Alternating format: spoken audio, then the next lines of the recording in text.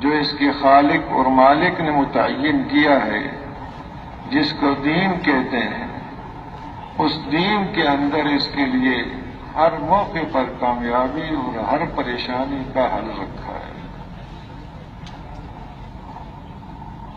اور آگے اس کو آخرت کی نعمتیں مل جائیں اس کے لیے انتظامات پورے فرما رکھیں، اور یہ استعدادیں اس اعتبار سے ہیں۔ یہ فانی دنیا جس کی قیمت اللہ کے نزدیک ایک مچھر کے پر کے برابر بھی نہیں ہے، اس کے اعتبار سے اس کی استعدادیں اور صلاحیتیں نہیں ہیں، اس کی تو کوئی قیمت ہی نہیں اللہ کی، کہ کبھی نظر کرم سے اس کو دیکھا ہی نہیں ہے، بلکہ اس پر جو اپنی صلاحیتوں کو لگاتا ہے وہ اپنے آپ کو بھی گرا دیتا ہے اور بے قیمت کر دیتا ہے۔ تو اس کو جن چیزوں سے نوازنا چاہتے ہیں تو اس کے اعتبار سے ہی اس کی تربیت ساری عالم ارواح میں ہی اس سے پوچھ لیا، الست بربکم قالوا بلا، پوچھ لیا اس سے کیا میں تمہارا رب نہیں ہوں؟ تو سب نے عرض کیا کیوں نہیں، آپ ہی ہمارے رب ہیں۔ تو رب ہونے کا اقرار پہلے سے کروا لیا کہ یہ اقرار ایسا ہے کہ اس کو اگر سامنے رکھ کر اپنی زندگی گزارے گا کسی موقع پر یہ پریشان نہیں ہوگا۔ اس کو سامنے رکھ کر اگر اس نے اپنی زندگی گزاری تو وہ نعمتیں اس کو نصیب ہوں گی جن کا یہ تصور بھی نہیں کر سکتا۔ تو پہلے سے یہ چیز اس کے اندر ودیت رکھ دی ہے، اس کے اندر اپنی ربوبیت کا اقرار کا بیج ہر آدمی کے اندر۔ جب اس کی روح اور جسم ماں کے پیٹ میں جمع ہو گئی اور اس دنیا میں آنے کا وقت آیا تو اس موقع پر بھی اب ان دونوں کو، روح اور جسم کو ملا کے جب دنیا میں آیا ہے مرکب بن کر، تو اس کی پیدائش بھی اسی فطرت پر کی جو اس کی ضرورت ہے۔ اس کی ساخت اور بناوٹ اور اس کا سانچہ ہی ایسا ہے کہ اس کے علاوہ یہ چل ہی نہیں سکتا۔ كل مولود يولد على الفطرة فأبواه يهودانه أو ينصرانه أو يمجسانه أو كما قال صلی اللہ علیہ وسلم، کہ ہر بچہ فطرت اسلام پر پیدا کیا گیا، چاہے کسی کے گھر میں بھی پیدا ہو رہا ہے، مسلم کے گھر میں ہے یا غیر کے گھر میں ہے، اس کے اندر اللہ پاک نے حق کے قبول کرنے کی استعداد رکھی ہوئی، کیونکہ یہ حق کا قبول کرنا اس کی ایک سب سے بڑی اور بنیادی ضرورت ہے کہ حق کو یہ قبول کر لے اور پھر اپنی ساری صلاحیتوں کو اس پر خرچ کرے۔ تو لہذا دنیا میں آیا یہ اسی اعتبار سے ہے، اور آگے جب بولنا شروع کرتا ہے تو سب سے پہلا جو لفظ بولتا ہے یہ با کا حرف بولتا ہے، با یہ کرتا ہے۔ تو اس میں فرماتے ہیں کہ یہ جو عالم ارواح میں اس نے بلا بولا تھا، بلا کا پہلا حرف با ہے، اس با کی حفاظت ابھی تک اللہ پاک نے اس کی زبان پر فرمائی ہے، کیونکہ مسئلہ اس کا بڑا عام ہے۔ قوتیں اور استعدادیں اور نعمتیں جو اللہ پاک نے اس کو عطا فرمائی ہیں وہ ایسے ہی نہیں کہ بیکار ہی۔ أَفَحَسِبْتُمْ أَنَّمَا خَلَقْنَاكُمْ عَبَثًا وَأَنَّكُمْ إِلَيْنَا لَا تُرْجَعُونَ، کیا تم یہ سمجھتے ہو کہ تمہیں ایسے ہی بیکار پیدا کر دیا گیا اور یہ سمجھتے ہو کہ تم نے ہمارے پاس واپس لوٹ کر نہیں آنا؟ یہ دونوں سمجھ غلط ہیں۔ بیکار پیدا نہیں کیا، بہت بڑے مقصد کے لیے پیدا کیا۔ اور یہ بات نہیں کہ واپس لوٹ کر نہیں جانا، جس خالق اور مالک نے پیدا کیا ہے اس کے پاس ہم سب نے واپس لوٹ کر جانا، تو بیکار نہیں ہے، بہت بڑے مقصد کے لیے ہے، تو جو مقصد دیا ہے اسی کے مطابق اس کو پیدا کیا ہے۔ آگے پورے عالم کا نظام وہ اس کی راہبری اور رہنمائی کرتا ہے اس کے مقصد کی طرف۔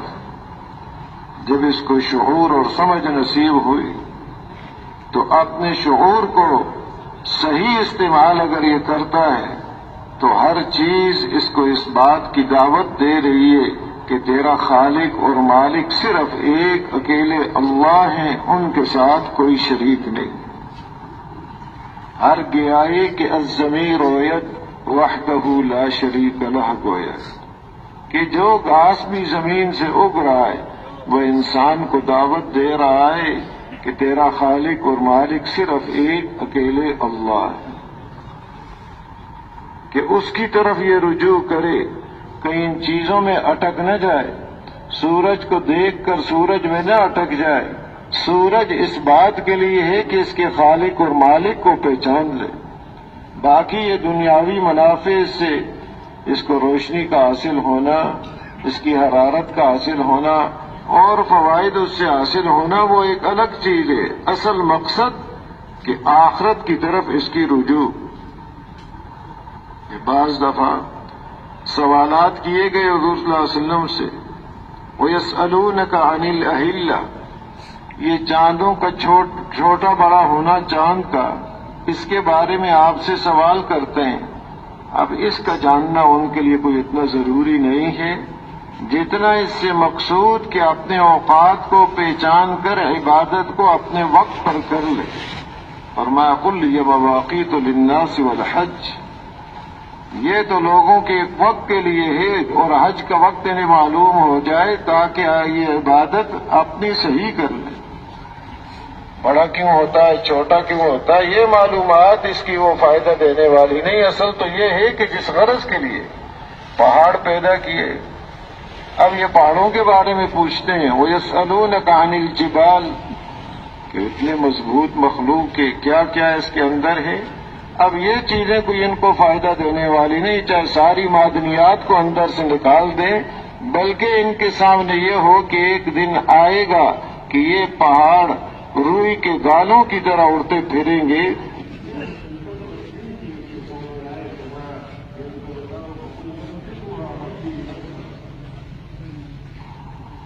تو ان سوالات کے ذریعے سے بھی متوجہ کر رہے ہیں اپنے مقصد کی طرف کہ یہ دنیا کی چیزیں جو نظر آ رہی ہیں ایک مقصد کے لیے، ان کے اندر اللہ پاک نے آیات اور نشانیاں رکھی ہیں ان لوگوں کے لیے جو فکر کرتے ہیں، ان لوگوں کے لیے جو عقل رکھتے ہیں، ان لوگوں کے لیے جو اللہ کی ذات عالی پر ایمان لاتے ہیں، اور ان لوگوں کے لیے جو اس سے نصیحت حاصل کرتے ہیں۔ یہ ساری کائنات ان کے لیے ایک نشانی ہے کہ اپنے مقصد کی طرف آئیں۔ اتنا بڑا نظام ایک بہت بڑے مقصد کے لیے پیدا کیا گیا ہے تاکہ یہ اپنے مقصد سے غافل نہ ہو جائے۔ ہر چیز اس کے سبق کا اور اس کی عبرت کا ذریعہ ہے، ہر چیز سے اس کو سبق مل سکتا ہے۔ حضرت ابو درداء رضی اللہ تعالی عنہ جا رہے تھے، ایک آدمی اپنے دو بیلوں سے کام لے رہا تھا، تو اب ان دو بیلوں میں سے ایک بیل کام کرتے کرتے کھڑا ہو گیا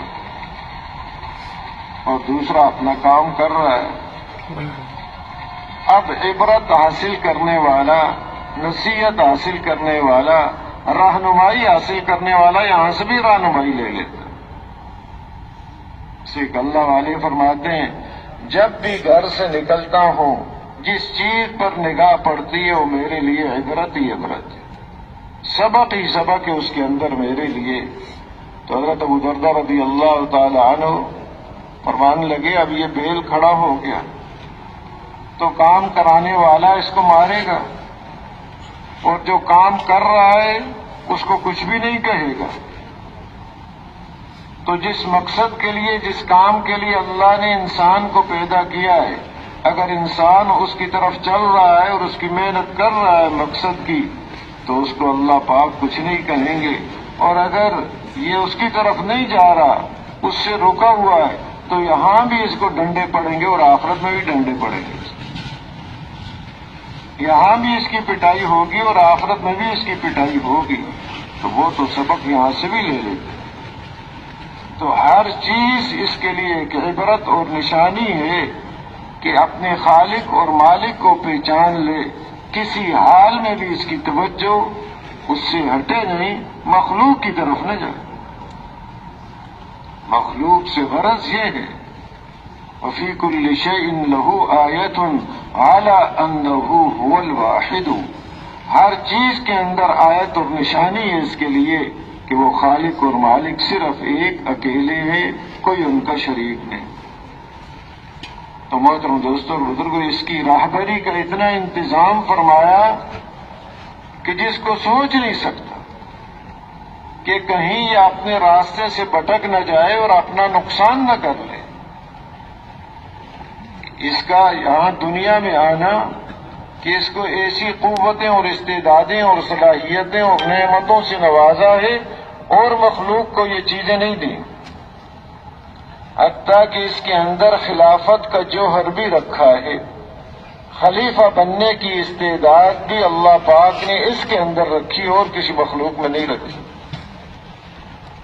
تو یہ اتنی بڑی دولتیں کیوں اللہ نے اس کو عطا کی ہیں؟ یہ سارے انتظامات کس لیے ہیں؟ اس انسان کے لیے ہیں کہ تیرا یہاں آنا بیکار نہیں ہے، ایک بہت بڑے مقصد کے لیے ہے. اس مقصد کو سامنے رکھ کر اپنی زندگی کو گزارے. اور پھر مزید کرم فرمایا، انبیاء علیہ الصلوۃ والسلام جیسی عظیم شخصیتوں کو مبعوث فرمایا. اس لیے کہ مسئلہ بڑا اہم ہے. انسان ایسے نہیں کھا پی لیا زندگی گزار لی، بہت بڑا اہم مقصد ہے اس کی طرف متوجہ کرنے کے لیے. انبیاء علیہ الصلوۃ والسلام تمام انسانیت میں چنی ہوئی شخصیتیں ہیں، ہر اعتبار سے وہ کامل ہوتے ہیں. ایک حدیث پاک کا مفہوم ہے کہ ہر نبی خوبصورت اور خوب آواز ہوتے ہیں.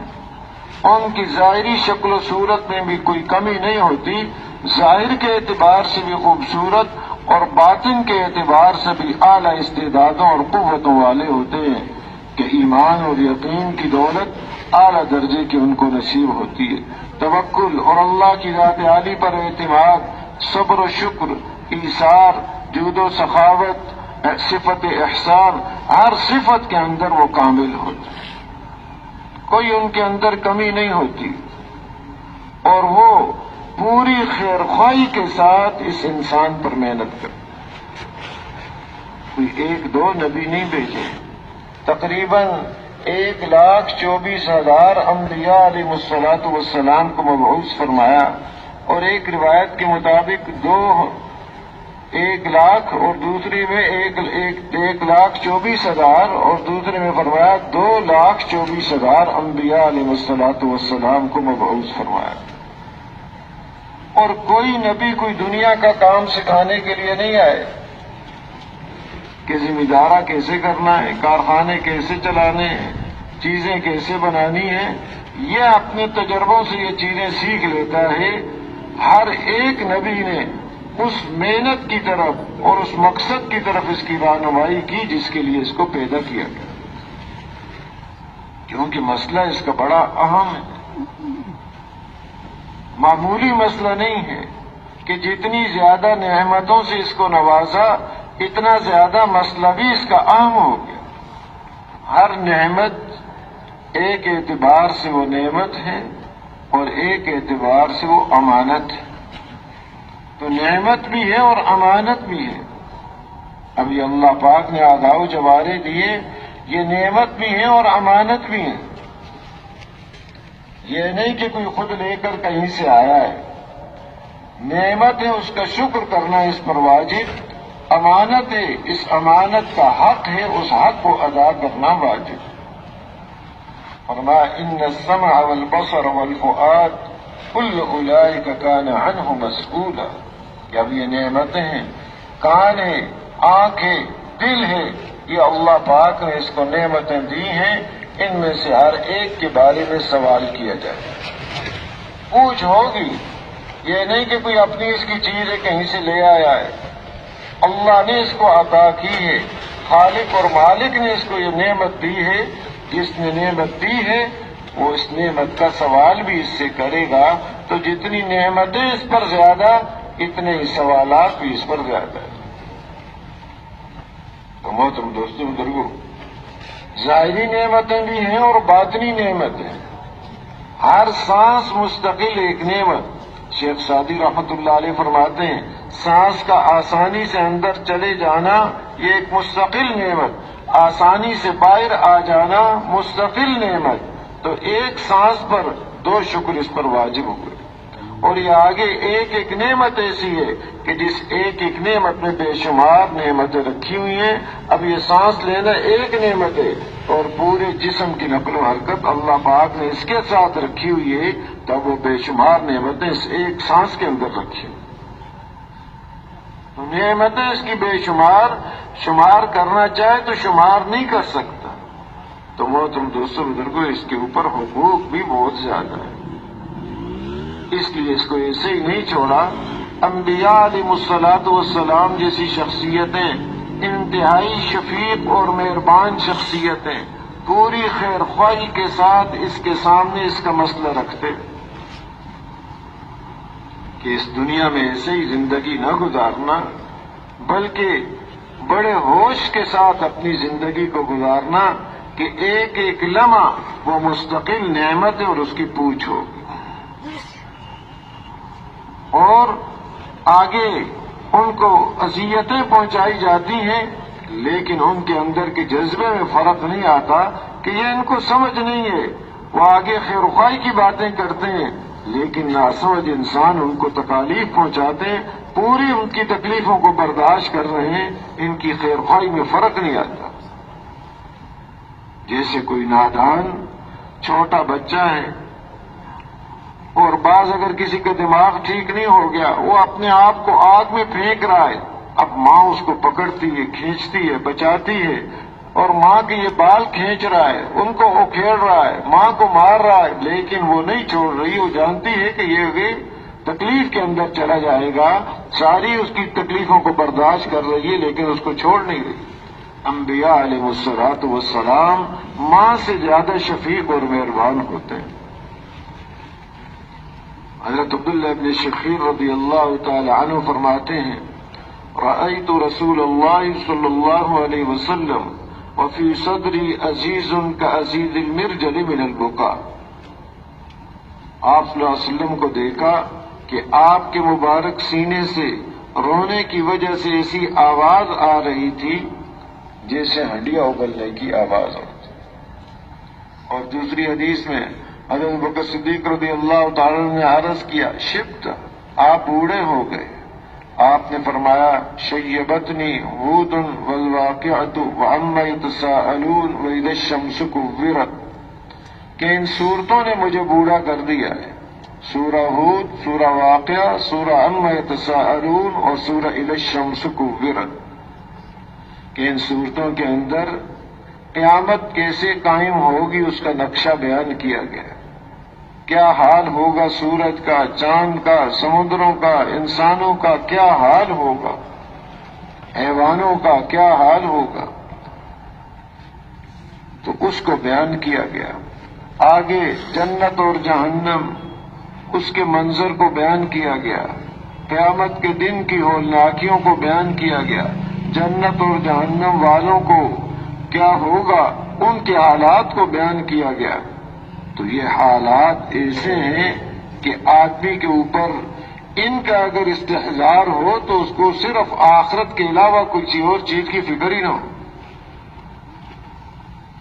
اور ایسی سورہ ہود، اس کے اندر انبیاء علیہ الصلوۃ والسلام ان کے قصوں کو بیان کیا ہے، جن کو اللہ پاک نے داعی بنا کر اپنی قوموں کی طرف مبعوث فرمایا، سنہ مولانا الیاس صاحب رحمۃ اللہ علیہ فرماتے تھے کہ اس امت کے سامنے اللہ پاک نے قرآن پاک میں پہلے انبیاء علیہ الصلوۃ والسلام کے قصوں اور حالات کو بیان کیا جو دعوت دینے والے تھے، کیونکہ اس امت کے اوپر بھی ایک دعوت کی ذمہ داری آ رہی ہے۔ تو وہ جو بڑے داعی گزرے ہیں ان کے حالات بیان کیے، کیسے قوموں کو دعوت دی، آگے قوم نے کیا جواب دیا کہ بعضوں نے ان کی بات کو مانا اور بعضوں نے ان کی بات کو ٹھکرا دیا، ماننے والے کیسے کامیاب ہوئے اور نہ ماننے والے کیسے ناکام اور تباہ و برباد ہوئے۔ یہ حالات اس امت کے جس کے ذمہ دعوت کا کام ہے، اللہ پاک نے ان کے قصوں کو، حقائق کو بیان کیا۔ اس امت نے بھی یہ کام کرنا ہے۔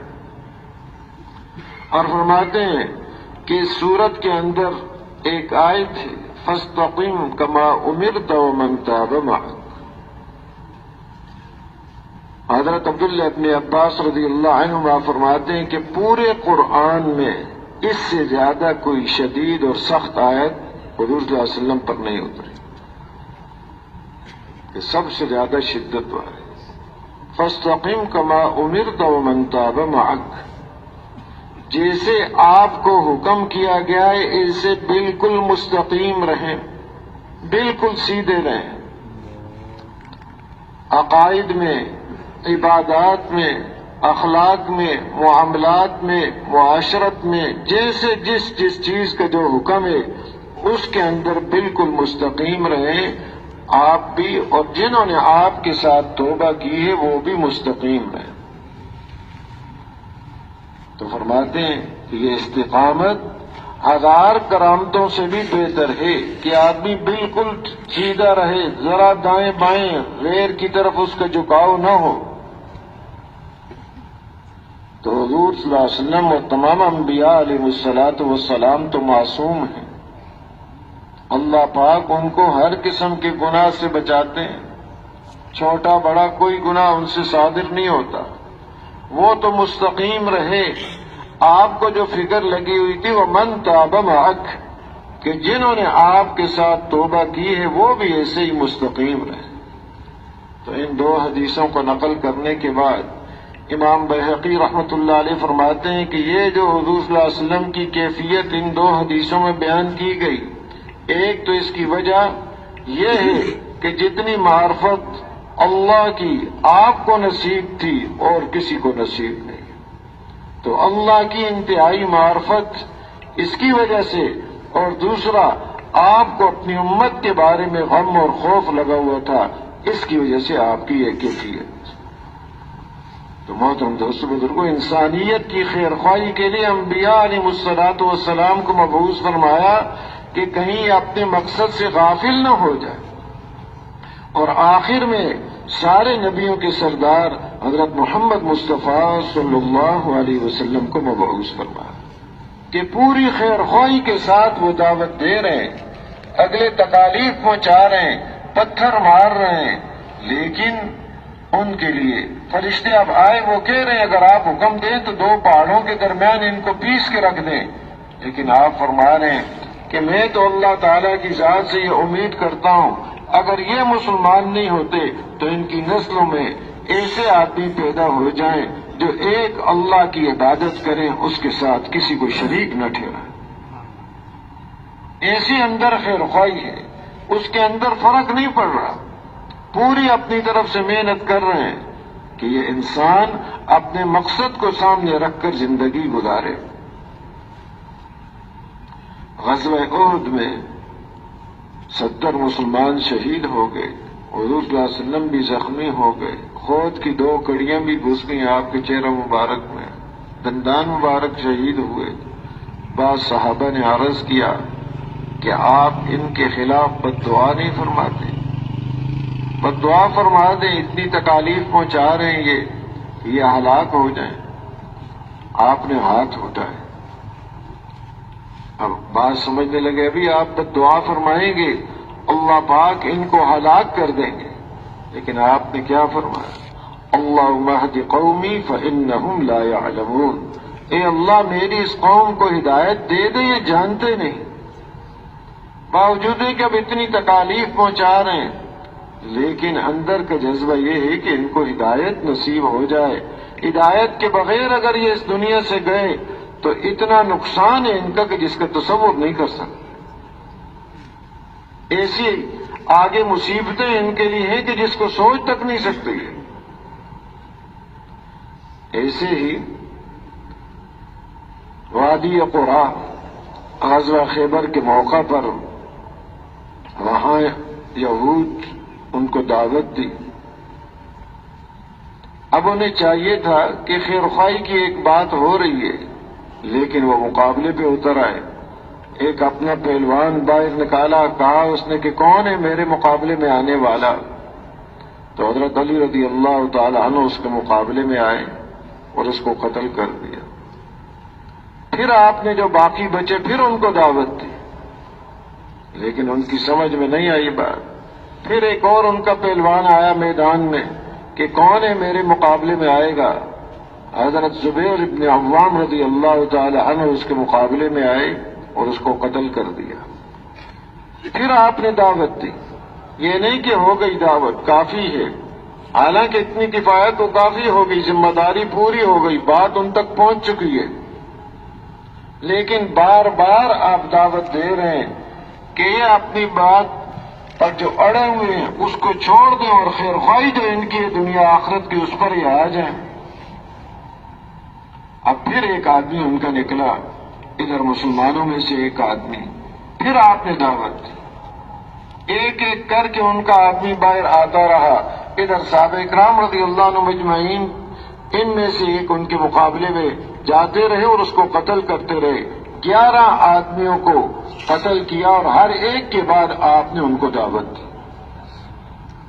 چھوڑا نہیں ان کو کہ یہ اب مان لے, اب مان لے, ہو سکتا اب سمجھ میں آ جائے ان کی بات.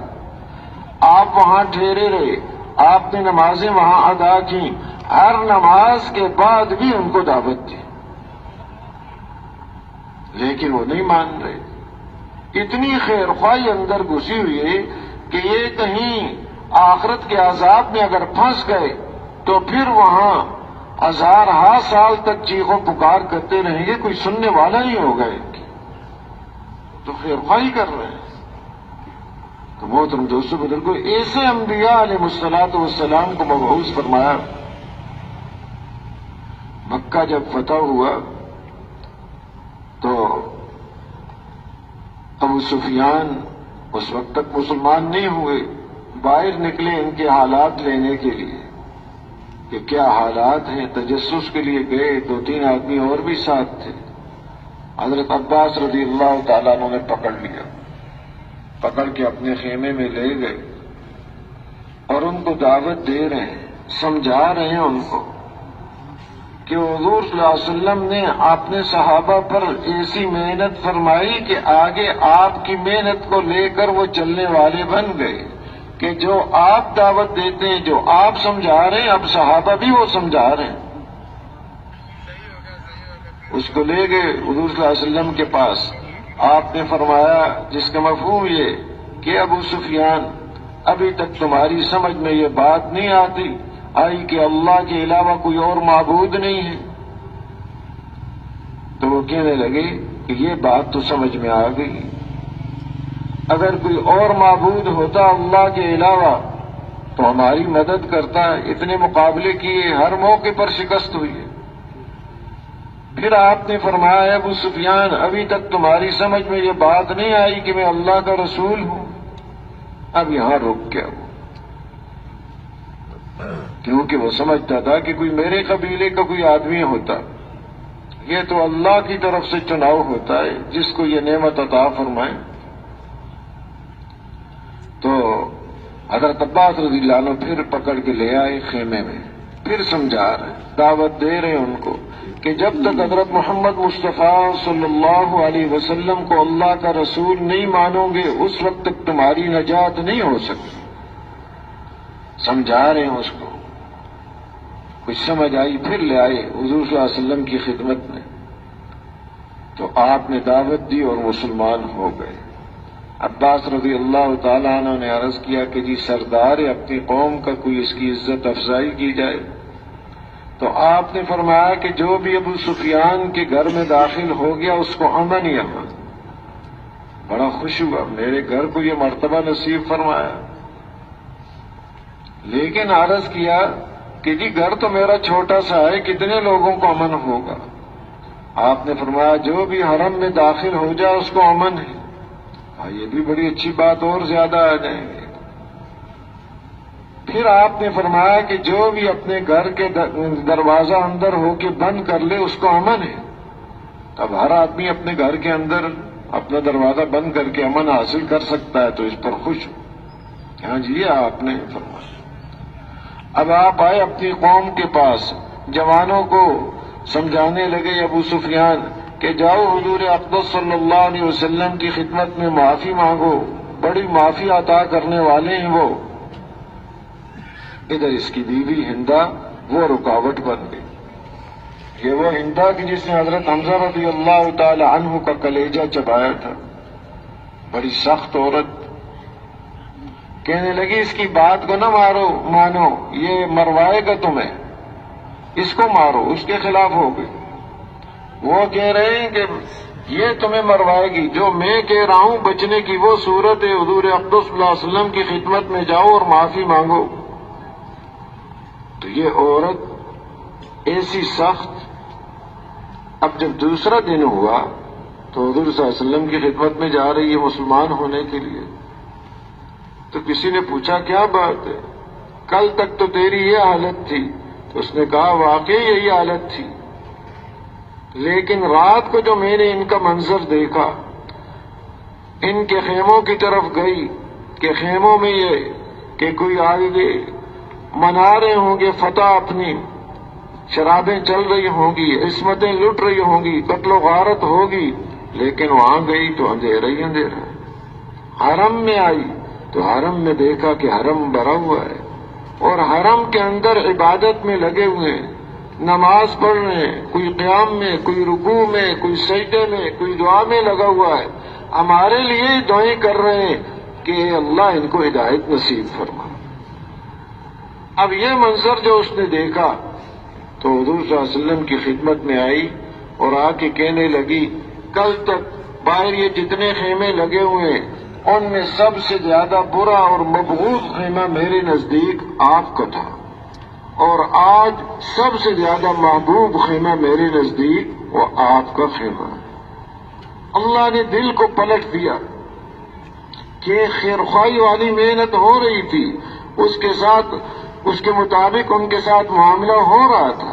جب یہ داخل ہو رہے تھے تو سعد بن عبادہ رضی اللہ تعالی عنہ انہوں نے مدینہ والوں میں سے انصار میں سے اپنی قوم کے سردار نے یہ کہا الیوم یوم الملحمہ، آج کا دن تو وہ دن ہے کہ جو بدلے لیں گے اور ان کی ایسی بوٹیاں کر دیں گے اور ان کو ماریں گے اور قتل کریں گے۔ حضور صلی اللہ علیہ وسلم نے جب یہ ان کی آواز سنی، ایک منادی کو بھیجا جاؤ اعلان کرو الیوم یوم المرحمہ، آج تو رحم کرنے کا دن ہے۔ تو یہ اعلان کروایا آپ نے اور ان سے جھنڈا لے کر ان کے صاحبزادے کو عطا کر دیا کہ ایسی رحمت اور ایسی شفقت، ایسی انسانیت کی خیرخواہی کہ جس کا تصور نہیں کر سکتے۔ آپ صلی اللہ علیہ وسلم حرم میں تشریف لائے، بیت اللہ کے اندر تشریف لے گئے، کچھ دیر بعد تشریف لائے، اب مکہ والے باہر کھڑے تو پوچھا میں تمہارے ساتھ کیا معاملہ کروں کہ آپ کریم لوگ ہیں، ایسا معاملہ کریں؟ تو آپ نے فرمایا کریم ابن کریم ابن کریم ابن کریم، یوسف ابن یعقوب ابن اسحاق ابن ابراہیم علیہ الصلاۃ والسلام، کہ یوسف علیہ السلام نے جیسے اپنے بھائیوں سے کہا تھا، جب بھائیوں کے سامنے بات کھل کر آ گئی کہ یہ ہیں یوسف جن کے ساتھ ہم نے کیا معاملہ کیا تھا، کیا ظلم کیا تھا، کنویں کے اندر پھینک کر آ گئے، اب وہ تو ان سے فرمایا یوسف علیہ السلام نے لا تثریب علیکم اليوم، کہ میں بھی آج تمہیں وہی بات کہتا ہوں جو میرے بھائی یوسف علیہ السلام نے کہی کہ تمہارے اوپر کوئی پکڑ نہیں ہے، انتم الطلقاء، تم اللہ کے لیے آزاد ہو۔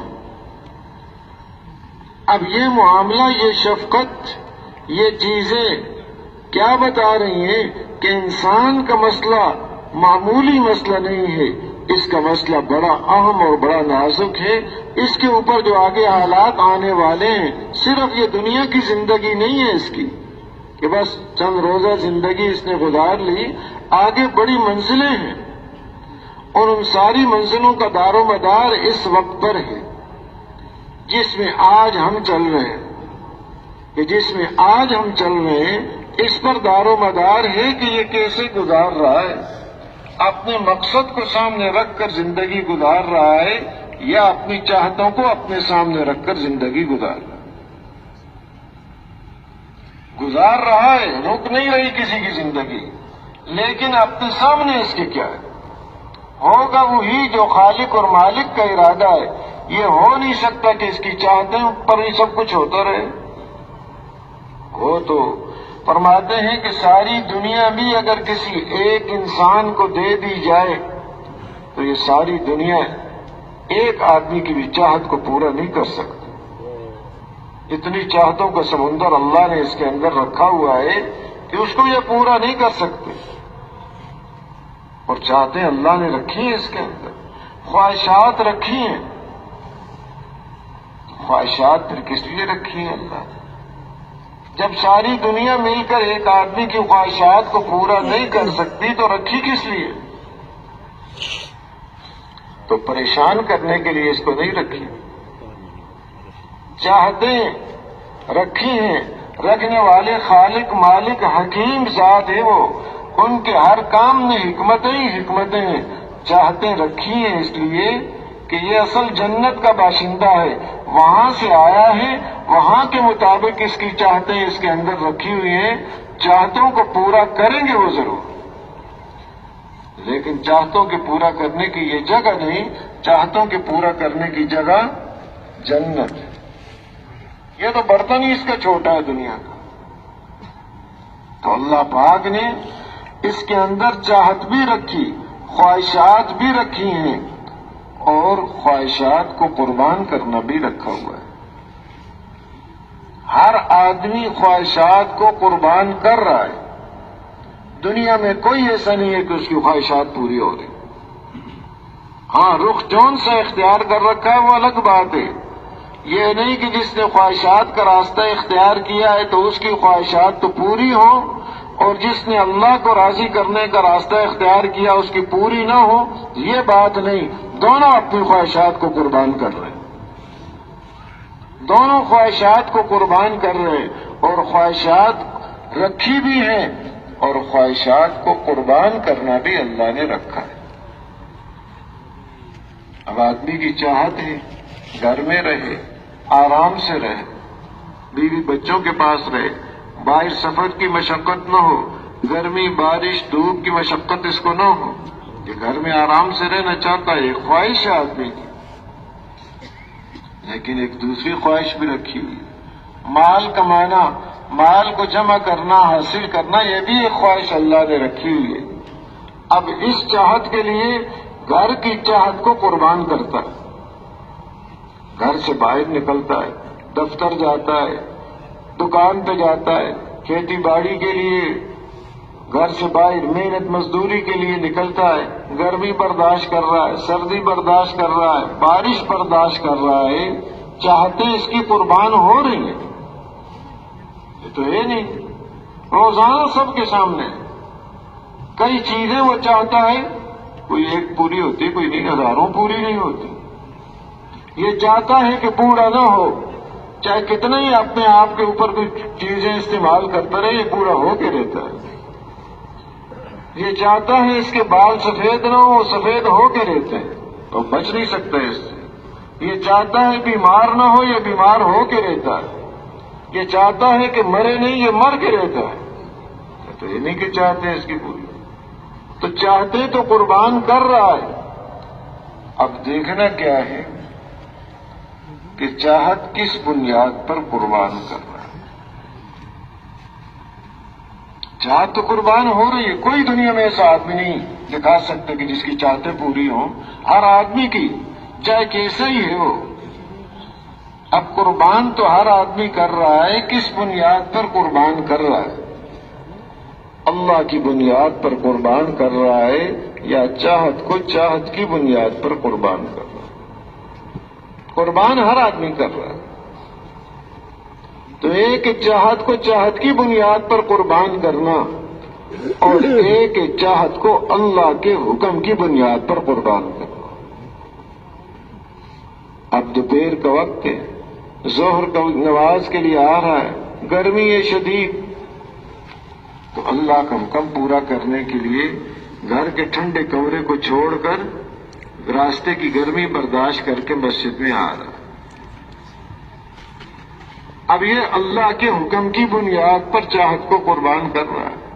روزہ رکھنے کا حکم آیا، کھانے پینے کو اس نے آگے پیچھے کر دیا، اللہ کے حکم کی بنیاد پر اپنی چاہت کو یہ قربان کر رہا ہے۔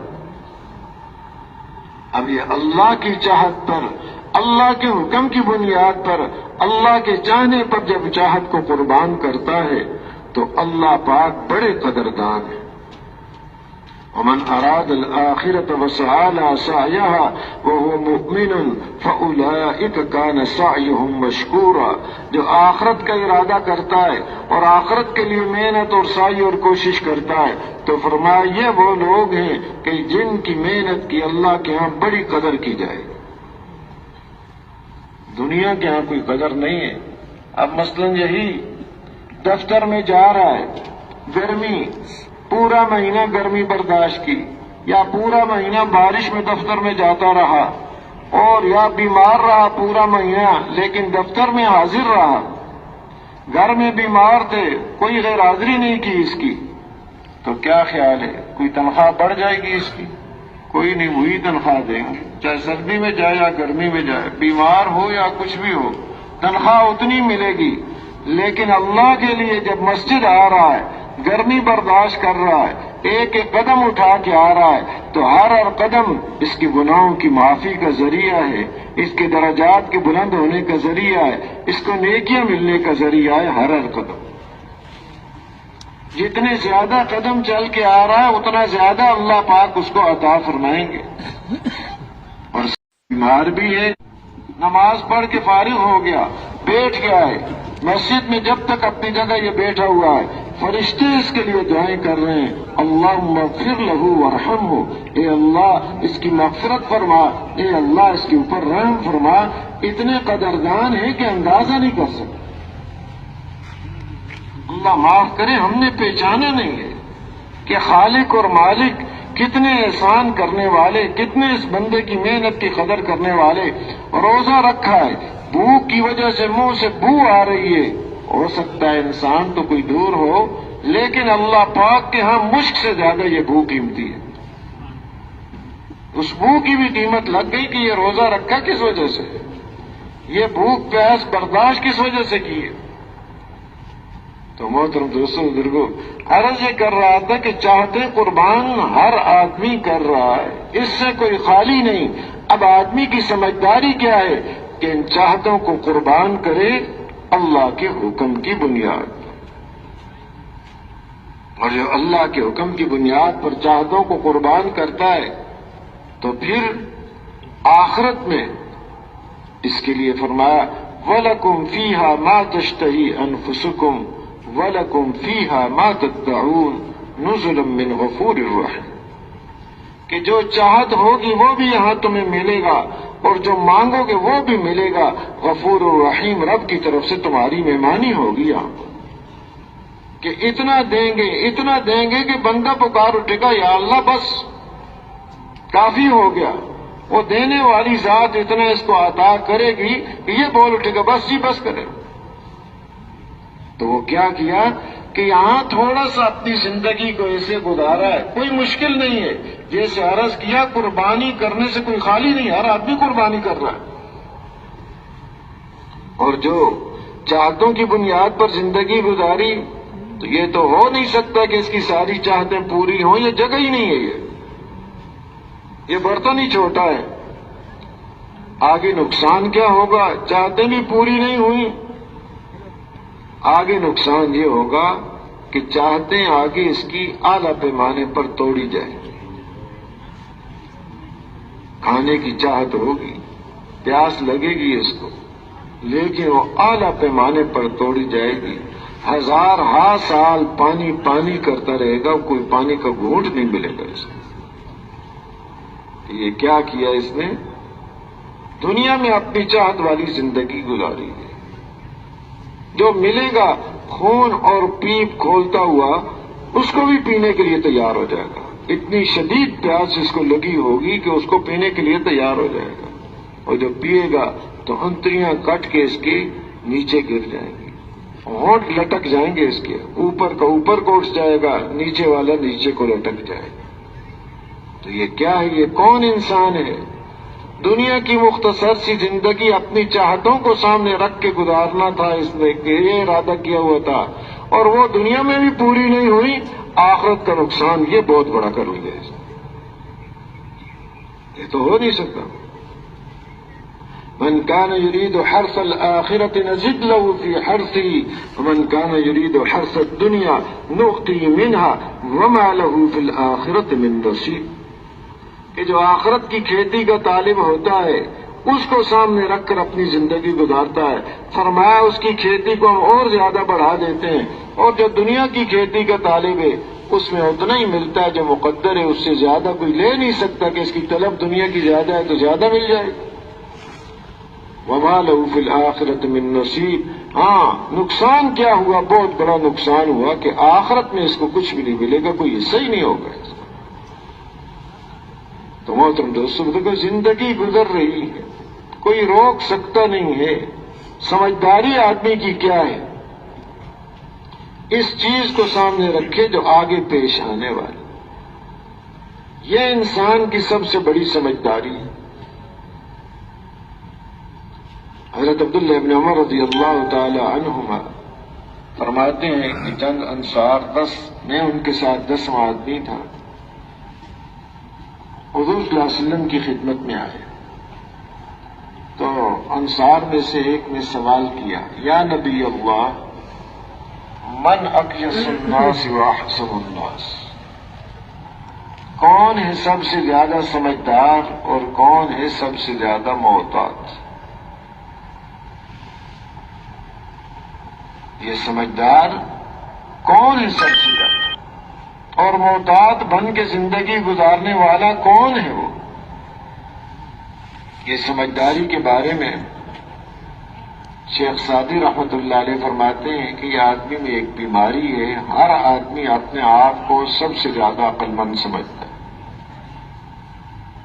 وہ فرماتے ہیں کہ فرض کر لو کہ دنیا میں کوئی عقل نہیں ہے، پوری دنیا میں کوئی عقل ہے ہی نہیں، لیکن پھر بھی ہر آدمی یہ دعویٰ کرتا ہے کہ میرے جیسا عقل مند کوئی بھی نہیں. ہر آدمی یہ کہتا ہے کہ سب سے بڑا عقل مند میں ہوں.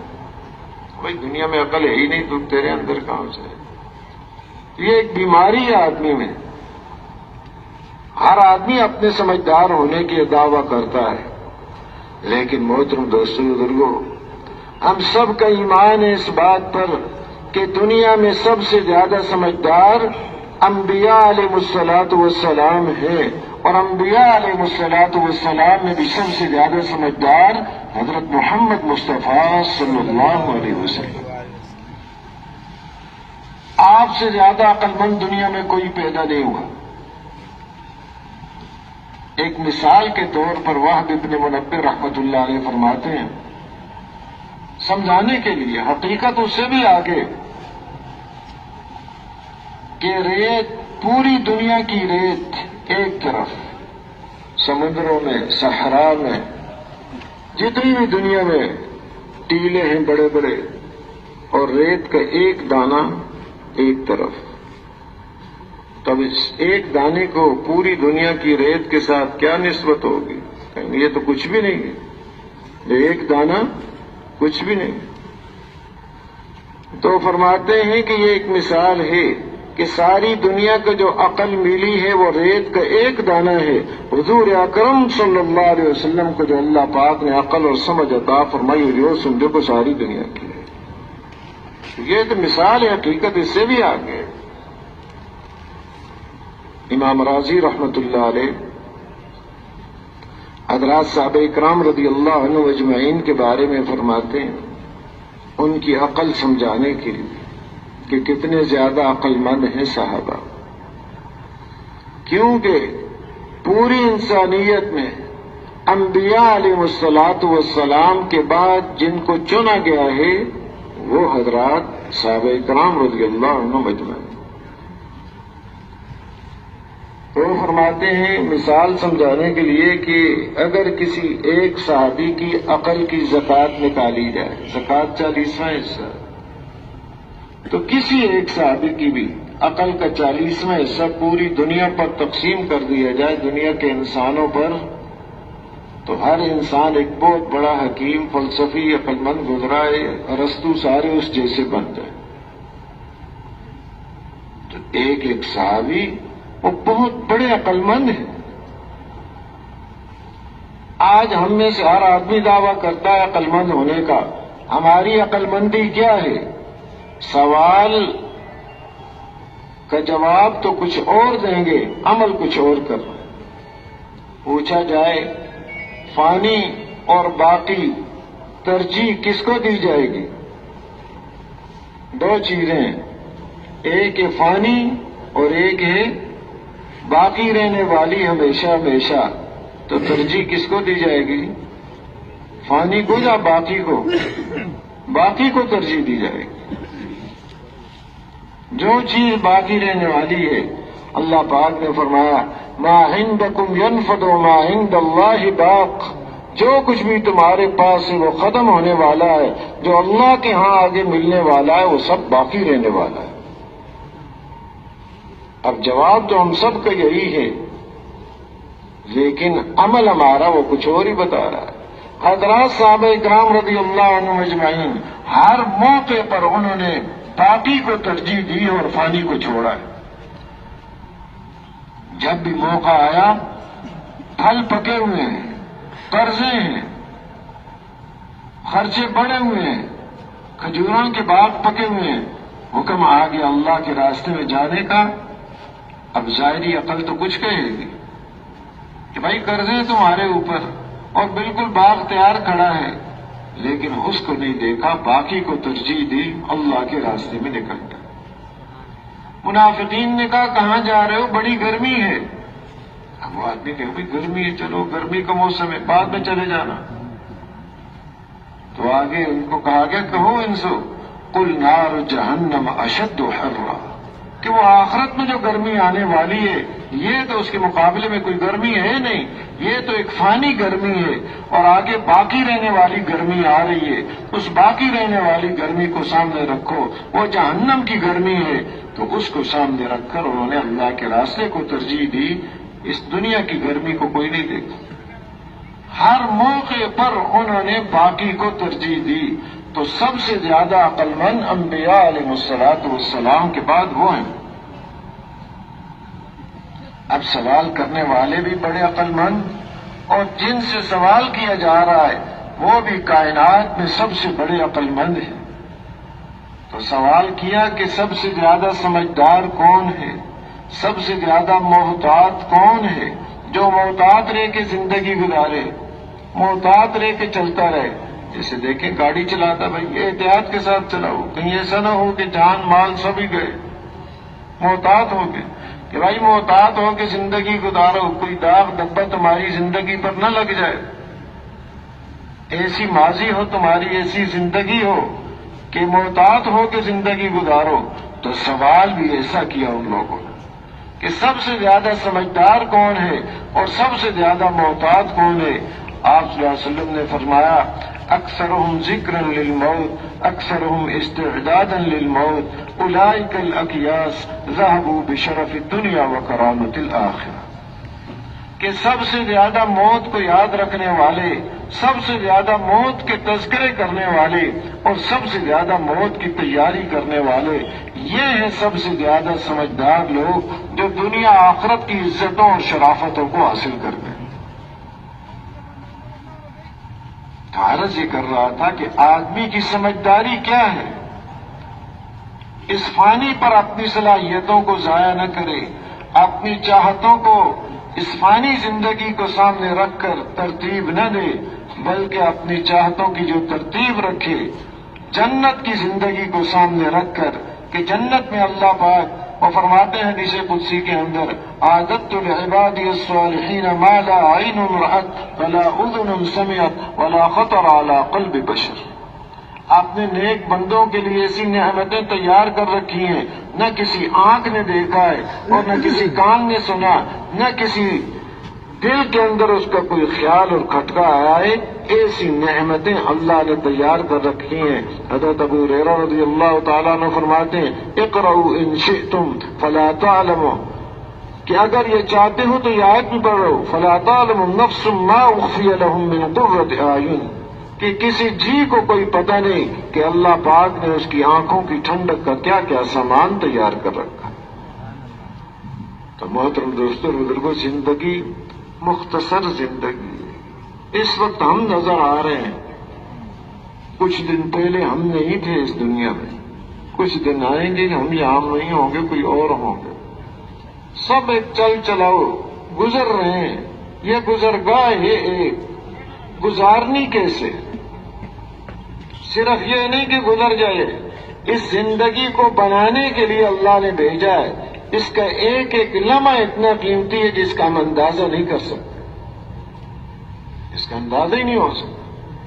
ابن عطاء اللہ اسکندری رحمۃ اللہ علیہ فرماتے ہیں لا تنظر الى صغر النفس، سانس کے چھوٹا ہونے کو نہ دیکھو کہ سانس آیا گیا ختم ہو گیا، یہ تھوڑی دیر لگی اس میں ختم ہو گیا سانس.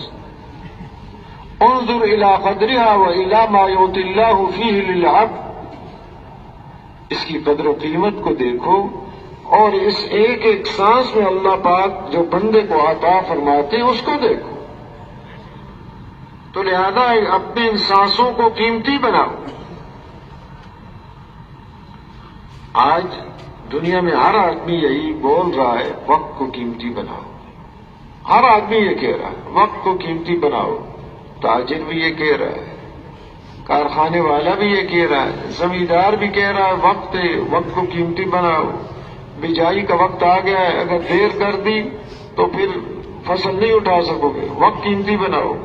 دن رات ایک، کٹائی کا وقت آ گیا ہے، جلدی کرو، دن رات ایک کر دے.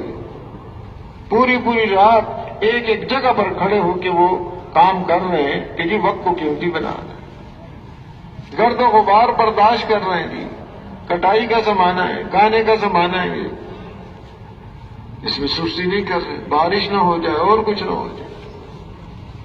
اور ادھر تاجر کہ عید کا موسم آ گیا ہے، کپڑے بیچنے، جوتیاں بیچنی ہے، دن رات ایک کر رکھا ہے. درزی ہے وہ بھی دن رات ایک کر رکھا ہے جی وقت کو قیمتی.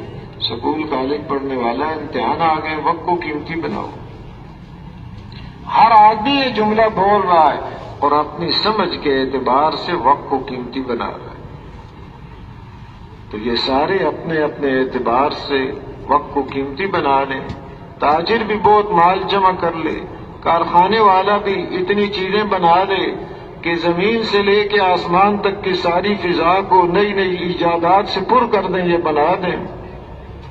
اور زمیندار بھی بڑی فصل اٹھائے کہ اس سال بہت فائدہ ہوا، اور پڑھنے والا بھی کہے کہ میں سب سے اعلیٰ نمبروں پر پاس ہو گیا اور یہ ڈگری مل گئی مجھے. اپنے اپنے اعتبار سے ہر ایک نے اپنے وقت کو قیمتی بنایا. اللہ کے نزدیک ایک مچھر کے پر کے برابر بھی کوئی قیمت نہیں. وہ زندگیاں لگائی انہوں نے، قیمتی زندگی لگائی ہے، لیکن آگے ملے گا کیا؟ ملا کیا اس پہ؟ مانگ لیا بڑی ڈگریاں حاصل کر لیں، مانگ لیا ہزاروں کارخانے بنا لیے اور مال جمع کر لیا اور بڑی عمدہ فصل اس نے حاصل کی ہے. فرمایا قل هل ننبئكم بالاخسرين اعمالا الذين ضل سعيهم في الحياة الدنيا وهم يحسبون انهم يحسنون صنعا. کہ بتائیں ان کو، هل ننبئكم، کیا بتائیں تمہیں ہم کہ سب سے زیادہ اپنی محنتوں اور اعمال کے اعتبار سے خسارے والے کون ہیں؟ محنتیں کی ہیں، یہ نہیں کہ محنت نہیں کی، خوب محنت کی، خوب تھکے ہیں، لیکن ہیں خسارے والے. کہ وہ کون ہیں؟ الذین ضل سعیہم فی الحیات الدنیا، کہ دنیا میں جو محنتیں کی تھیں وہ سب کی سب آج بیکار ثابت ہو. وہم یحسبون انہم یحسنون صنعا، اور وہ یہ سمجھا کرتے تھے کہ میں تو بڑے کارنامے کر رہا ہوں، میرا تو بڑا نام روشن ہو گیا ہے، بڑی چیزیں میرے نام پر آ گئی ہیں، بڑی دنیا مجھے جانتی ہے، یہ ایجادات ہیں اس کی. فرمایا ساری محنتیں بیکار ہو گئی. یہ سمجھ رہے ہیں کہ میں بڑا مشہور ہو گیا اس لائن میں، پوری دنیا مجھے جانتی ہے. آپ نے اس کھیل کے میدان میں شہرت حاصل کی اور تجارت کی لائن میں حاصل کی، دنیا کی ڈگریوں میں حاصل کی، ایجادات میں حاصل کی، ساری محنتیں بیکار ہو جائے گی. بلکہ جو محنت کی صلاحیت خالق اور مالک نے عطا کی تھی اس کی پوچھ ہوگی وہ کہاں خرچ کر کے ہے. یہ محنت کی دولت کس غرض کے لیے دی تھی اور کہاں لگا کے آ گئی. یہ نہیں کہ صرف ضائع کیا ہے، بلکہ اپنی محنت کو اپنے خلاف استعمال کیا، اپنے پاؤں پر خود کلاڑی ماری ہے.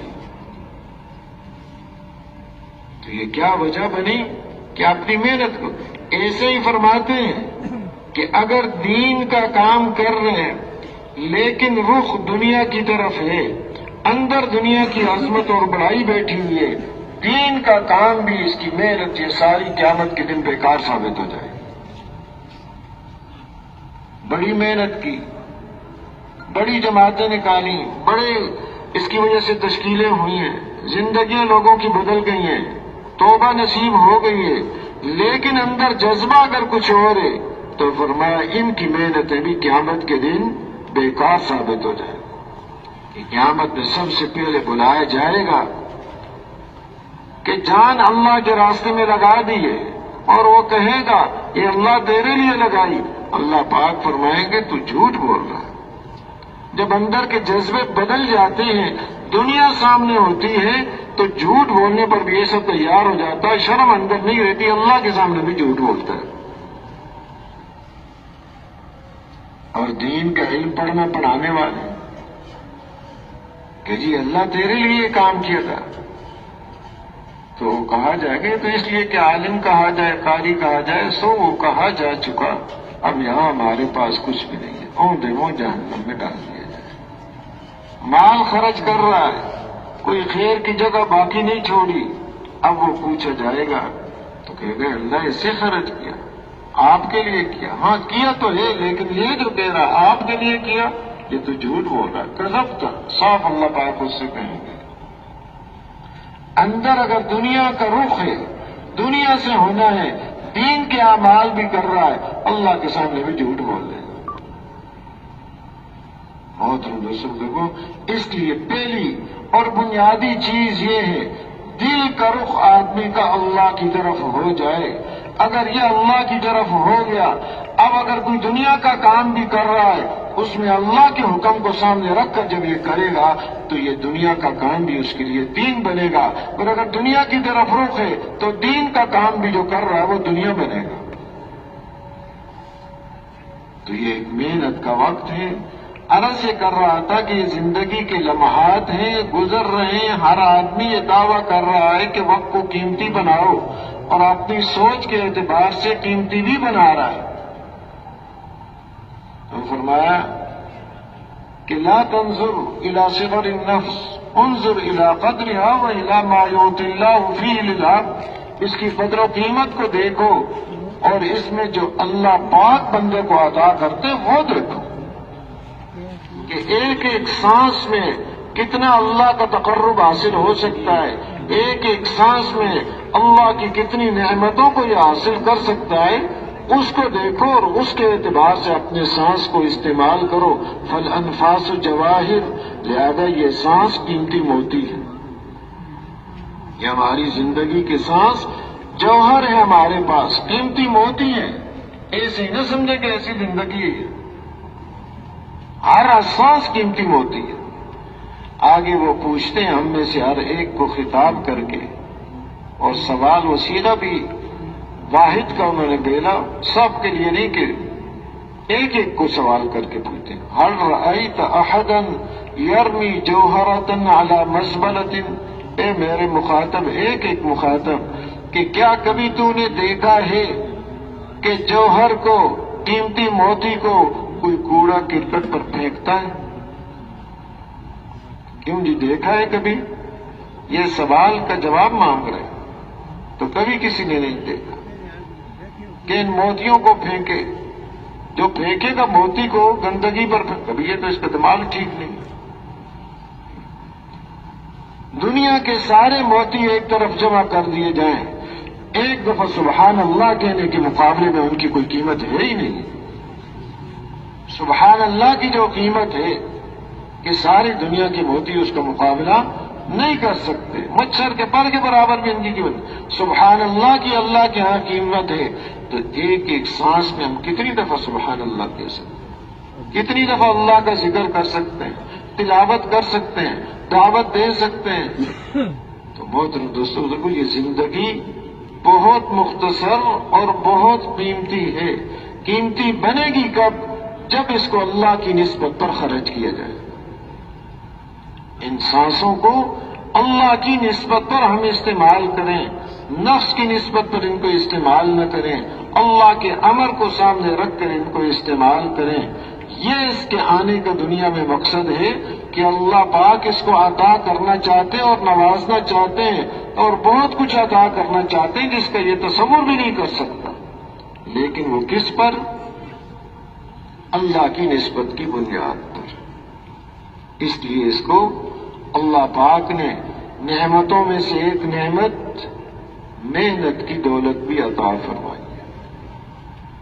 ہر آدمی کے پاس محنت کی دولت ہے، ہر آدمی محنت کر رہا ہے، کوئی محنت سے خالی ہے نہیں دنیا میں۔ اور محنت کس لیے کر رہا ہے؟ ہر آدمی محنت کر رہا ہے کامیاب ہونے کے لیے۔ ذرا سی بھی عقل جس میں موجود ہے کامیابی کے لیے محنت کرتا ہے، ناکامی کے لیے کوئی محنت نہیں کرتا۔ ہاں، عقل نہیں ہے تو اس کا مسئلہ ہی اور ہے۔ ذرا سی بھی عقل موجود ہے تو اس کی محنت کامیاب ہونے کے لیے ہے، لیکن ہر آدمی اپنی محنت میں کامیاب بھی ہے کہ نہیں؟ دعویٰ ہر آدمی کر رہا ہے میں اپنی محنت میں کامیاب ہوں، جس رخ کو میں نے اختیار کیا ہے اس میں کامیاب جا رہا ہوں، ہر آدمی یہ کہہ رہا ہے، لیکن حقیقت اس کی کھلتی ہے موت کے وقت۔ فرعون نے بڑے دعوے کیے، بڑے اعلان کیے اپنی قوم میں، اور کہہ رہا الیس لی، قوم کو پکار کے، یا قوم الیس لی ملک مصر وہذہ الانہار تجری من تحتی افلا تبصرون، کہ میری قوم کہ دیکھتے بھی میرے پاس یہ ملک مصر ہے، یہ نہریں ہیں میرے محلات کے نیچے بہہ رہی ہیں، کیا تم دیکھتے نہیں؟ یہ جملہ بھی آگے کیا تم دیکھ نہیں رہے؟ وہ دیکھ رہے ہیں، وہ تو سمجھ رہے ہیں ہاں بھائی ملک مصر ہے، اس کے پاس نہریں ہیں، یہ تو بڑا کامیاب ہے، بڑی محنت ٹھیک جا رہی ہے اس کی۔ اور آگے بڑھ کے ایک بات کہتا ہے، موسیٰ علیہ السلام کی شان میں گستاخی کے لفظ بولتا ہے، کہتا ہے ام انا خیر من ھذا الذی ھو مہین ولا یکاد یبین، کہ میں بہتر ہوں یا یہ بہتر؟ مہین کے لفظ کے گھٹیا، نعوذ باللہ، موسیٰ علیہ السلام کو یہ کہہ رہا ہے گھٹیا، کیونکہ جب آدمی ایک بگڑ جائے، اندر یہ چیز گھس جائے، تکبر اور یہ غرور، تو پھر وہ نہیں سمجھتا اب نبی کو کیا کہہ رہا ہے۔ حالانکہ ہر نبی عزت والے ہیں، وجاہت والے ہیں، اور خود موسیٰ علیہ السلام کے بارے میں صاف قرآن میں بھی آیا وَكَانَ عِندَ اللَّهِ وَجِيهًا، وجاہت والے ہیں حضرت موسیٰ علیہ السلام، ہر نبی وجاہت والے ہیں۔ اور یہ اپنے غرور میں یہ لفظ بول رہا ہے میں بہتر ہوں یا وہ ہے، کہ ان کے پاس تو کوئی سونے کے کنگن نہیں ہے۔ اب یہ سمجھ رہا ہے سونے کے کنگن جس کے پاس ہوں گے، سونا ہوگا، وہ ہے بڑا بہتر آدمی اور کامیاب آدمی، جس کے پاس نہیں ہے وہ ناکام ہے۔ اور ان کے سامنے کوئی فرشتے ہاتھ باندھ کے کھڑے ہو جائیں، جیسے یہ سمجھتا میرے سامنے فوجیں کھڑی ہوتی ہیں، تو اب یہ سمجھ رہا ہے محنت کی ہے فوج پر، فوج میرے سامنے ہے تو کامیاب ہوں۔ تو یہ نعرے اپنی قوم کے سامنے ایسے لگائے فما فاستخف قومه فاطاعوه انهم كانوا قوما فاسقين کہ اپنی قوم کی بھی عقل مار دی ایسے نعرے لگا لگا کر، اور وہ تھے ہی فاسق لوگ۔ عقل ہی ختم ہو جاتی ہے ایسی باتیں سن سن کے کہ بھائی کیا ہو رہا، بس ادھر ہی چل پڑے، جو آواز سنی ادھر جا رہے ہیں۔ تو محترم دوستوں اور بزرگوں، قرآن پاک کوئی قصے کہانی کی کتاب نہیں، یہ ہدایت کی کتاب ہے۔ یہ جو اللہ پاک نے اس میں بیان کیا ہے، جو بھی قوموں کے قصے ہیں، انبیاء علیہ والسلام کے، ماننے والوں کے، نہ ماننے والوں کے ہیں، یہ ہدایت اس امت کے لیے کہ یہ اس قسم کی باتیں قیامت تک انسانیت کرتی رہے گی۔ اپنی اپنی محنت میں ہر ایک اپنے آپ کو کامیاب سمجھے گا، جیسے یہ فرعون کامیاب سمجھا کہ کامیابی کی یہ چیزیں ہیں، میرے پاس یہ چیزیں ہیں، ملک ہے، فوجیں ہیں، سونے کے کنگن ہیں، نیرے ہیں، یہ ہے کامیابی کی چیزیں۔ اب جب پکڑ کا وقت آیا، جب غرق ہونے لگا، اب اس وقت کہنے لگا ایمان لایا میں اس رب پر جس پر بنو اسرائیل ایمان لائے۔ اب حقیقت اس کی کھل گئی، اب وہ سارے نعرے ختم ہو گئے اس کے۔ ایسے ہی دنیا میں جب تک موت کا پنجہ نہیں پڑتا، ہر آدمی اپنے آپ کو اپنی محنت میں کامیاب سمجھتا۔ کتنا اس کو سمجھاؤ، سمجھ میں آ نہیں دی اس کی بات۔ وہ کہہ رہا ہے جس رخ کو میں نے اختیار کیا ہوا ہے وہ رخ ہے کامیابی والا، لیکن جب حقیقت سامنے آتی ہے، موت ایک ایسی حقیقت ہے، آج تک اس کا کوئی انکار کرنے والا پیدا ہو ہی نہیں سکا۔ باقی حقیقتوں کے انکار کیے ہیں لوگوں نے، اللہ کی ذات عالی کا انکار کیا، انبیاء علیہ والسلام کا انکار کیا، مرنے کے بعد کی زندگی قیامت ہے اس کا انکار کیا ہے کہ دوبارہ اٹھایا جانا ہے اس کا انکار کیا ہے، ملائکہ کا انکار کیا ہے، ان چیزوں کا ان نے انکار کیا۔ لیکن موت ایک ایسی حقیقت ہے، آج تک کوئی انکار کرنے والا پیدا ہو نہیں سکا اس کا، اس لیے کہ یہ ایسی حقیقت ہے، نہ کسی گھر کو چھوڑا، نہ بازار کو، نہ کسی قلعے کو چھوڑا، اور نہ کوئی حفاظتوں کے پیرے لگے ہوئے نہ اس کو چھوڑا، ہر جگہ پر یہ پہنچ کے رہتی ہے، ایسی حقیقت ہے کوئی بچ نہیں سکتا اس سے، سب کے سامنے ہے۔ کوئی گھر اس سے خالی نہیں، کوئی بازار کوئی دفتر اس سے خالی نہیں، جب بھی وقت آئے یہ فوراً پہنچ جاتی ہے۔ اور یہ ایسی حقیقت ہے کہ جس پر سارے حقائق کھل جاتے ہیں، جن حقائق کا یہ انکار کر رہا تھا اب حقائق اس پر کھل گئے، جو چیزیں غائب تھیں اب مشاہدے میں آ گئیں، ملائکہ اس سے غائب تھے اب وہ نظر آنے شروع ہو گئے، جو مشاہدے میں تھے، ماں باپ ہیں، اور بیوی بچے ہیں، بہن بھائی ہیں، عزیز و اقارب پاس کھڑے ہیں، پکار رہے ہیں، آوازیں دے رہے ہیں، یہ دیکھ ہی نہیں رہا ان کو، اب تو کچھ اور ہی دیکھ رہا ہے۔ جو مشاہدے میں تھا وہ غائب ہونے شروع ہو گئے، جو نظر آ رہے تھے اب ان کو نہیں دیکھ رہا، اب تو فرشتے اس کو نظر آ رہے ہیں، اب وہ اس کی رگے جان پر ہاتھ رکھتے ہیں، اب اس کی روح کو نکالتے ہیں، کچھ اور ہی منظر اس کے سامنے آ گئے۔ تو یہ ایسی حقیقت ہے کہ دنیا میں ہی آخری جب اس کا وقت آتا ہے تو سارے حقائق کھل جاتے ہیں، لیکن وہ وقت ہے کہ اس وقت حقائق کا کھل جانا، ان کا مان لینا ذرا برابر بھی کوئی فائدہ نہیں دیتا۔ آج موقع ہے محترم دوستوں بزرگوں، آج فرصت ہے، اپنے اس وقت کو ہم قیمتی بنا لیں، ایک ایک لمحے کو، ایک ایک سانس کو، اس میں اتنی قیمتی دولتیں حاصل کر سکتے ہیں جس کا اندازہ نہیں۔ جیسے آتا ہے کہ جنت میں جانے کے بعد کسی کو کوئی افسوس نہیں ہوگا بجز اس گھڑی کے جو اللہ کے ذکر کے بغیر گزر، کہ اس گھڑی میں کتنا وہ حاصل کر لیتا تھا، ایک دفعہ سبحان اللہ کہنے پر اس کو کتنا مل سکتا تھا، ایک دفعہ کسی کو دین کی بات سمجھانا، اللہ کے راستے میں نکلنے کے لیے اس کو تیار کرنا، اس کی منت سے مدد کرنا، اس میں کتنا آگے جا سکتا تھا۔ یہ چیزیں جب سامنے آئیں گی اس وقت افسوس کرے گا.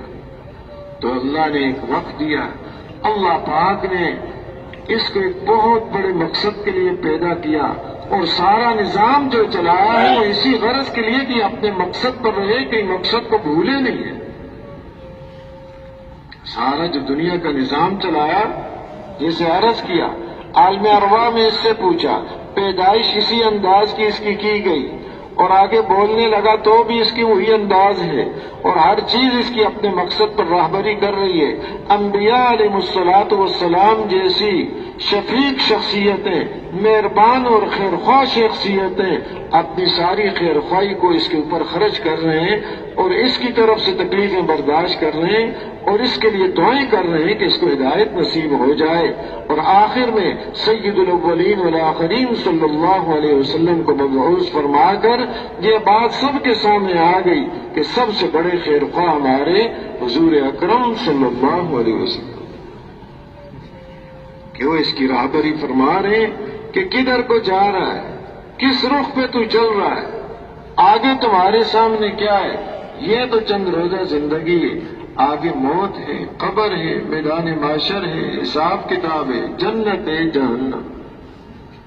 یہاں سے تو ایک گزر جائے گا. کدھر کو دیکھ رہا ہے کہ قدم سوئے مرقد، رخ سوئے دنیا، کدھر دیکھ رہے ہو، کدھر جا رہے ہو. قدم تو جا رہا ہے قبر کی طرف اور دیکھ رہا ہے پیچھے دنیا کی طرف، تو کدھر دیکھ رہے ہو، کدھر جا رہے ہو. تو یہ سمجھداری ہے کہ جدھر اس کے قدم جا رہے ہیں ادھر ہی اس کا رخ ہو، دیکھے بھی اسی چیز کو. اس لیے فرمایا کہ سمجھدار یہ ہے موت کو یاد رکھے، موت کی تیاری میں لگا رہے، یہ اس کی سمجھداری ہے. اور اس میں کیا، جیسے عرض کیا، اندر اللہ کی ذات عالی کا یقین پیدا ہو گیا. خالق اور مالک ذات صرف ایک اللہ ہی ہے. انہوں نے ہی مجھے سب کچھ عطا کیا ہے، اور ان کی ان عطا کردہ چیزوں کو انہی کی نسبت پر لگانا ہے. اندر ان کی عظمت اور بڑائی، ان کے ہونے کا یقین، مخلوق کا تأثر اندر سے ختم. اب اس کا ہر رخ، ہر بول، ہر حرکت اور سکون آخرت کے لیے ہوگا. تو یہ جو محنت کی جا رہی ہے اسی غرض کے لیے کہ تاکہ ساری چیزیں ہماری وہ آخرت کو سامنے رکھ کر، اللہ کے حکم کو سامنے رکھ کر، آخرت کی پیشی کو سامنے رکھ کر، اس بنیاد پر ساری نقل و حرکتوں ہماری. تو جتنا اندر یقین ہوگا اسی کے مطابق اس کی نقل و حرکت ٹھیک ہو. اپنے ایک ایک بول پر اس کو نگاہ ہوگی، کیا بول رہا ہے، کیا سن رہا ہے، کیا دیکھ رہا ہے. امام بخاری رحمۃ اللہ علیہ فرماتے ہیں، مجھے اللہ تعالیٰ کی ذات عالی سے امید ہے کہ وہ مجھ سے قیامت کے دن غیبت کا سوال نہیں کریں گے. یعنی پورا ان کو پتا ہے کہ پوری زندگی میں نے غیبت کوئی نہیں کی، ایسی محتاط زندگی گزاری، جنہاں کہ احتیاط والی زندگی. سب سے زیادہ محتاط کون ہے؟ اس لیے کہ اس میں تو اپنا نقصان ہے، اپنی نیکیاں دوسروں کو دے رہا ہے. وہ نیکیاں جو قبول ہوئی ہیں، جو قبول نہیں ہو تو آگے پہنچی نہیں. یہ جو سب سے بڑے